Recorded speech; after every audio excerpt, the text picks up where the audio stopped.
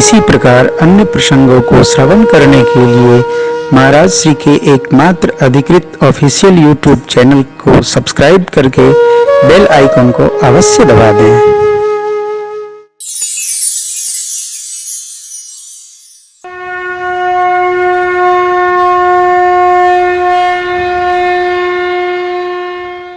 बड़े मर्म की बात है। कथा करने से, कथा सुनने से यदि संसार की ही संपत्ति बढ़ती है तो कथा सुनने का कोई अर्थ नहीं।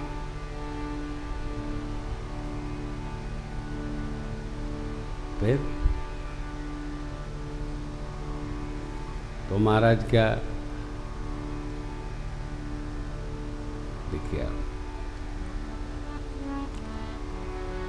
संसार के सामान को प्राप्त करने के लिए संसार का सामान ही पर्याप्त है।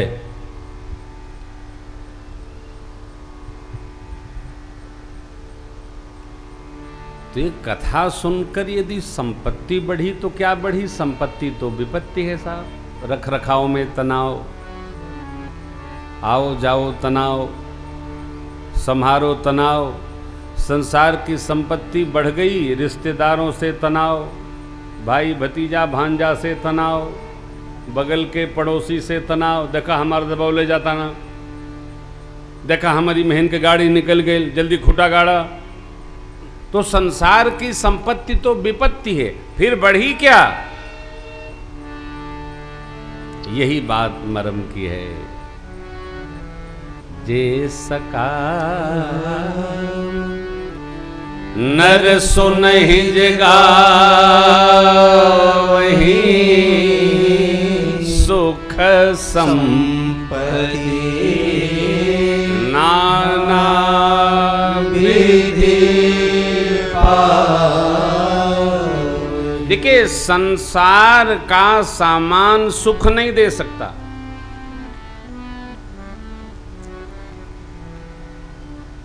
फिर क्या दे सकता? फिर सुख क्या है? संपत्ति क्या है? भगवान की कथा सकाम भावना से भी सुनने और सुनाने पर सुनहि जे गावहि।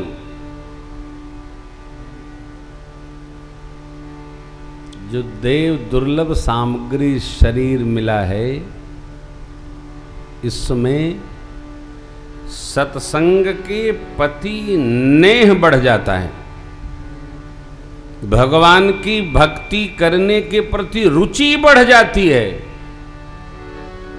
और दुनिया के पास तो संसार का सामान एकत्र हो जाता है, लेकिन भगत के पास भगवान के भजन रूपी अलौकिक सामान एकत्र हो जाता है। यह संपत्ति साधक की बढ़ जाती है। कैसे? कथा सुनने से और कथा सुनाने से। सुनहि जे गावहि। अब देखिए, इसी उत्तरकांड में गरुड़ जी महाराज का प्रश्न है, दरिद्रता क्या है और संपदा क्या है? सुख संपत्ति नाना विधि पावै। जिसके पास भगवत भजन नहीं, जिसके पास सत्संग नहीं, जिसके पास, जिसके चित्त में भगवान के भक्ति के प्रति अनुराग नहीं, भगवान नाम के प्रति नेह नहीं, वो दरिद्र है। उसके समान दुखी नहीं। नहीं दरिद्र सम दुख और फिर प्रथम भगति संतन कर तो संत मिलन सम सुख। ये सुख संपत्ति भगवान की कथा गाने से, भगवान की कथा सुनने से साधक के, भगत के, जीव के चित्त में संतों के प्रति प्रेम दृढ़ हो जाता है। क्या प्रेम? अरे संत जी आए, अरे महाराज आओ, पधारो पधारो पधारो। आहा, कहाँ से आ रहे हैं? कुंभ मेले से आ रहे हैं महाराज। आहा, अरे कुछ बनाओ भाई, देखो महात्मा जी पधारे हैं। हाय हाय। यह संपदा है। जीव का चित्त भगवान के भागवतों के प्रति अनुरक्त हो जाता है। यह हमारे हृदय की क्या है? ऐश्वर्यता, उसकी वृद्धि हो जाती। सकाम भावना अर्थात संसार की संपत्ति चाहोगे, संसार प्राप्त हो जाएगा, ये निकृष्ट कोटि की भक्ति है। संसार का ऐश्वर्य बढ़ना ये निकृष्ट कोटि की भक्ति है साहब। और भगवान के भागवतों संतों के प्रति प्रीति बढ़ जाए, ये मध्यम प्रकार की भक्ति है। और भागवतों में अनुरक्त होकर भगवान में ही प्रेम दृढ़ हो जाए, यह उत्तम प्रकार की भक्ति है। ये बढ़ जाता है। केवल सप्रेम नर सुनहि जगाए, तो सुख संत मिलन सम सुख जग, प्रथम भगति संतन कर। ये संतों के चरणों में प्रीति बढ़ जाती है, संतों में हमारा अनुराग दृढ़ हो जाता है। अरे चाह समाप्त हो जाती है, चिंता मुक्त हो जाते हैं। कल एक सूत्र निवेदन किया था आपसे, जो संतुष्ट है वही सुखी है।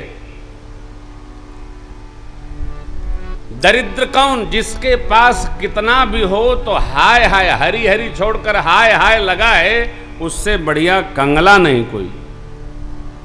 धरती का सबसे बड़ा अभागा आदमी वो है जिसकी इच्छाएं अनंत हैं, मनुस्मृति कहती है। अरे अनंत इच्छाओं को पूर्ण करना है तो अनंतानंत भगवान श्री रघुनाथ जी के भाव का, नाम का स्मरण करो, केवल सुमिरन करो भाई, हो गया।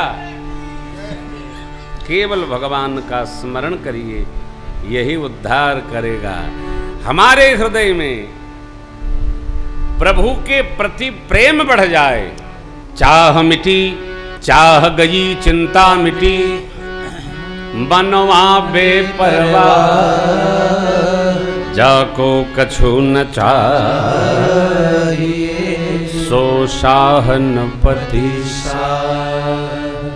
जाको कछु न चाहिए, सो शाहन पति। यही एक कथा है, तभी तो कहते हैं सुनु खगपति यह कथा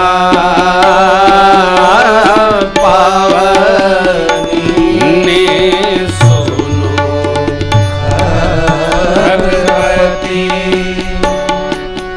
यह कथा पावनी, त्रिविध ताप भव भय तारी, त्रिविध ताप भव भय तारी, सोनहि विमोक विरत अरु विषयी, सुनहि विमोक विरत अरु विषयी, लहरी भगति गति संपत्ति नाई, लहरी भगति गति संपत्ति नाई, लहरी भगति गति संपत्ति नाई। यह पवित्र कथा तीनों ताप से जीव को मुक्त करा देती है, आवागमन का भय समाप्त करा देती है, संसार में रहने वालों को दैहिक दैविक भौतिक तीनों ताप नहीं लगने देती है। क्या? सरकार के अभिषेक महोत्सव की कथा, पवित्र कथा, निर्मल गाथा, क्या क्या भया, कौन कौन आए, स्वरूप सरकार का क्या है मेरे। और 3 प्रकार के भगत, विमुक्त, विरक्त, विषयी। तीनों भगत लोग 3 प्रकार की वस्तु पाते हैं। विमुक्त लोग भगवान की भक्ति प्राप्त कर लेते हैं यह कथा सुनकर। लहहि भगति गति गति कौन? विरक्त लोग। विमुक्त लोग भक्ति पा जाते हैं, विरक्त लोग सद्गति पा जाते हैं, और जो संसार के सुख को चाहने वाले जीव हैं उनको नित्य नवीन संपदा की प्राप्ति हो जाती है। अबे फिर आ गई संपत्ति, और एक बार नहीं, संपत्ति, नित्य नई संपदा। ये क्या है जानते हैं? भगवान की कथा,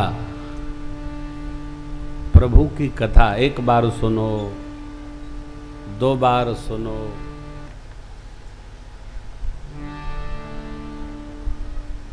सुनते रहो। आज भी सुशील भैया कह रहे थे ना, बद्रीनाथ की कथा संस्कार पे चल रही है। तो हमारे बड़े गुरु भाई अमृतसर में अध्यापक है, कह रहे थे लाला बड़ा आनंद आ रहा है। सुशील भैया जो घोषणा कर रहे थे रजत महोत्सव में, रजत जयंती पर घोषणा कर रहे थे।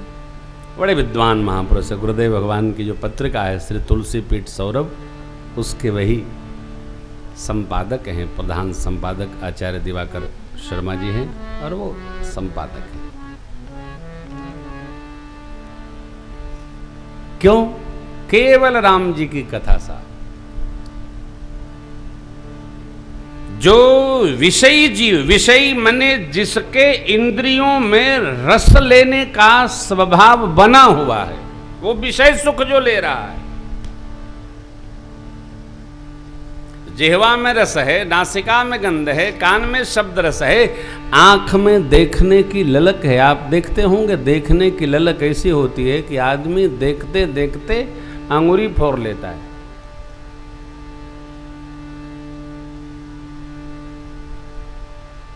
आगे जाएगा और पीछे देखेगा, वाह क्या घर है हो। आंख नेत्रों का बहुत अंदर प्रवेश करिए। जिनकी आंखों को देखने, संसार की सामग्री देखने की प्रवृत्ति है, जिनकी नासिका को सुगंध प्राप्त करने की प्रवृत्ति है, स्वभाव है, कान को सुनने का, अच्छा बुरा सुनने का स्वभाव, रसना को रस लेने का स्वभाव है, जिनको इसका पता है वो विषयी है। लेकिन ऐसे विषयी लोगों को भी यदि ये संपत्ति जगत की प्राप्ति होती है तो फिर कथा का क्या अर्थ हुआ? यहां अर्थ महापुरुषों ने अलग अलग किया है, परंतु हमारे आपके लिए यह अर्थ सिद्ध है कि जो भगवान की कथा सुनता है, इस श्रीराम राज्याभिषेक महोत्सव का श्रवण करता है, उसके जीवन में नित्य नवीन संपत्ति क्या आ जाती है? भगवान के दिव्य गुणों को सुनने के प्रति निष्ठा दृढ़ हो जाती है। उनकी श्रद्धा भगवत कथा में और दृढ़ हो जाती है। कहाँ गए थे? कथा सुनने गए थे। किसकी कथा? भगवान की कथा।